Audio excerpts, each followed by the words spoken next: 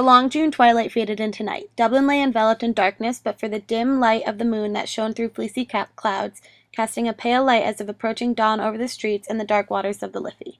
Around the forecourts the heavy guns roared. Here and there through the city, machine guns and rifles broke the silence of the night, like dogs barking on lone farms. Republicans and Free Staters were waging civil war. On a rooftop near O'Connell Bridge, a Republican sniper lay watching. Beside him lay his rifle. His face was the face of a student, thin and aesthetic, but his eyes had the cold gleam of the fanatic. They were deep and thoughtful, the eyes of a man who is used to looking at death. He was eating a sandwich hungrily. He had eaten nothing since the morning. He had been too excited to eat.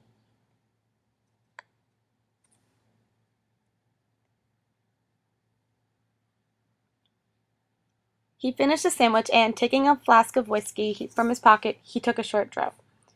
Then he returned the flask to his pocket. He paused for a moment, considering whether he should risk a smoke.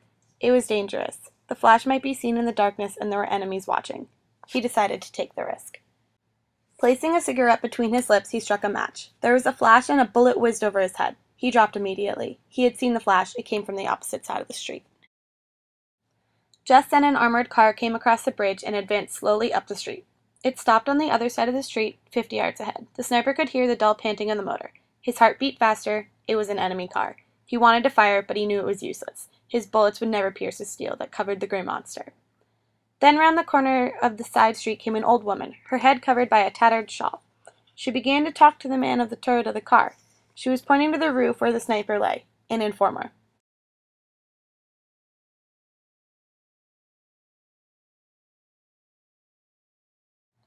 The sniper raised his rifle and fired. The head fell heavily on the turret wall.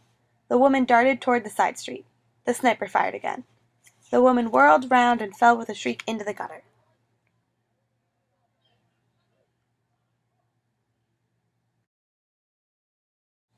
Suddenly from the opposite roof a shot rang out, and the sniper dropped his rifle with a curse. The rifle clattered to the roof. The sniper thought the noise would wake the dead. He stopped to pick the rifle up. He couldn't lift it. His forearm was dead. Christ, I'm hit!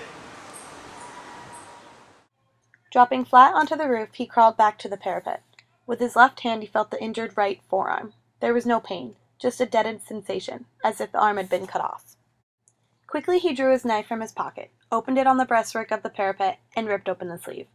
There was a small hole where the bullet had entered. On the other side there was no hole.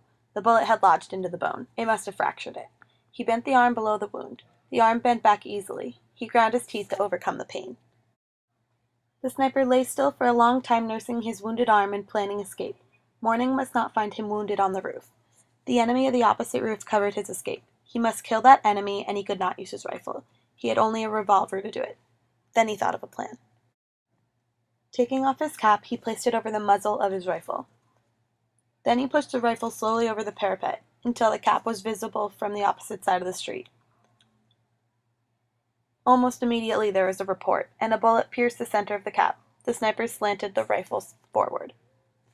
The cap slipped down into the street.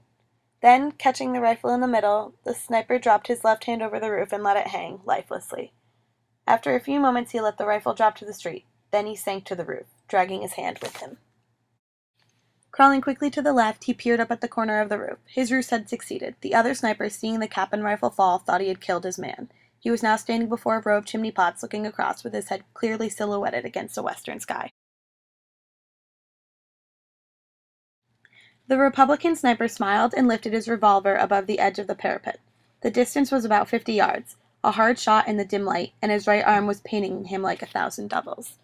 Pressing his lips together, he took a deep breath through his nostrils and fired. He was almost deafened with the report, and his arm shook with the recoil. Then, when the smoke cleared, he peered across and uttered a cry of joy. His enemy had been hit. He was reeling over the parapet in his death agony. He struggled to keep his feet, but he was slowly falling forward, as if in a dream.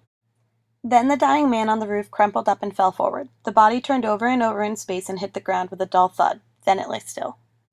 The sniper looked at his enemy falling, and he shuddered. The lust of battle died in him. He became bitten by remorse. The sweat stood out in beads on his forehead. Weakened by his wound in the long summer day of fasting and watching on the roof, he revolted from the sight of the shattered mass of his dead enemy. His teeth chattered, cursing the war, cursing himself, cursing everybody.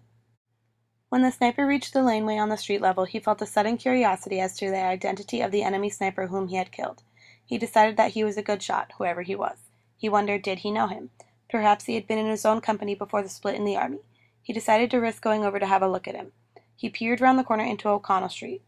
In the upper part of the street there was heavy firing, but all around here was quiet. The sniper darted across the street. A machine gun tore up the ground around him with a hail of bullets, but he escaped. He threw himself face downward beside the corpse. The machine gun stopped. Then the sniper turned over the dead body and looked into his brother's face.